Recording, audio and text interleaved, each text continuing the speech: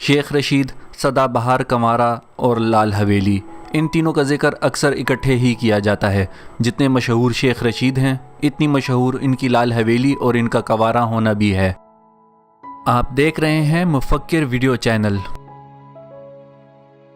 अगरचे शेख रशीद ने अभी तक शादी नहीं की और कंवारे ही हैं, मगर शहनाज बेगम उनकी बीवी होने का दावा कर चुकी हैं। शहनाज बेगम के मुताबिक मई 1996 में उनका और शेख रशीद अहमद का अमेरिका में निकाह हुआ, जो कि बाकायदा रजिस्टर हुआ।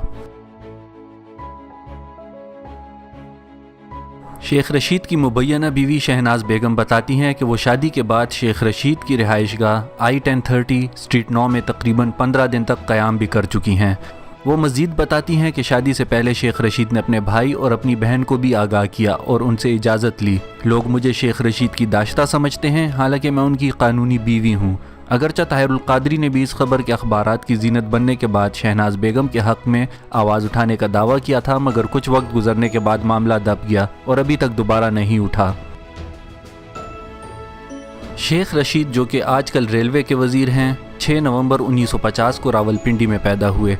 पॉलीटेक्निक कॉलेज और फिर गॉर्डन कॉलेज रावलपिंडी से तालीम हासिल की।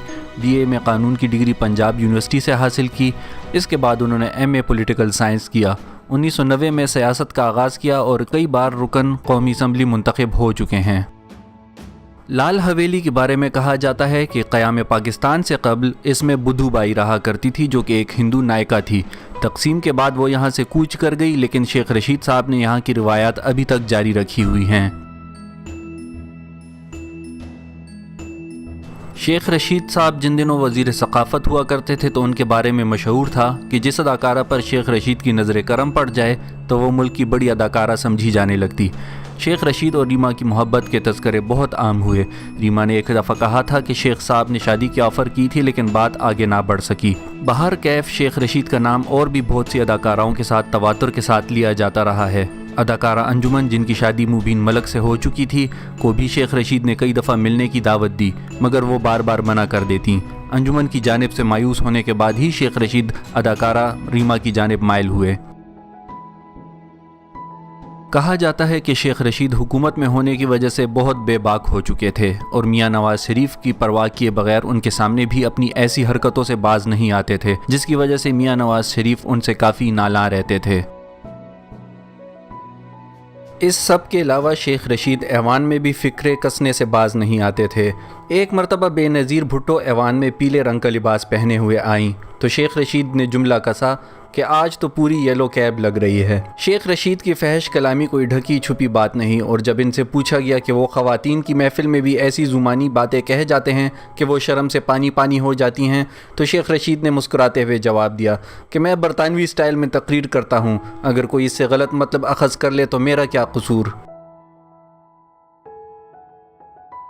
पिंडी बॉय के ऊपर लगने वाले तमाम इल्ज़ामात अगर सच ना भी हों तो कुछ में थोड़ी बहुत सदाकत भी हो सकती है। बहर कैफ शेख साहब ने कभी भी इल्ज़ामात लगाने वालों के ख़िलाफ़ कोई काबिल ज़िक्र कानूनी चाराजोई नहीं की जिससे सच और झूठ में फ़र्क वाज़े हो सके। इसीलिए ऐसा लगता है कि चूँकि शेख रशीद साहब एक बार फिर रेलवे के वज़ीर बन गए हैं, जिसकी वजह से हमें उनके बारे में मज़ीद ऐसी बातें सुनने को मिल सकती हैं।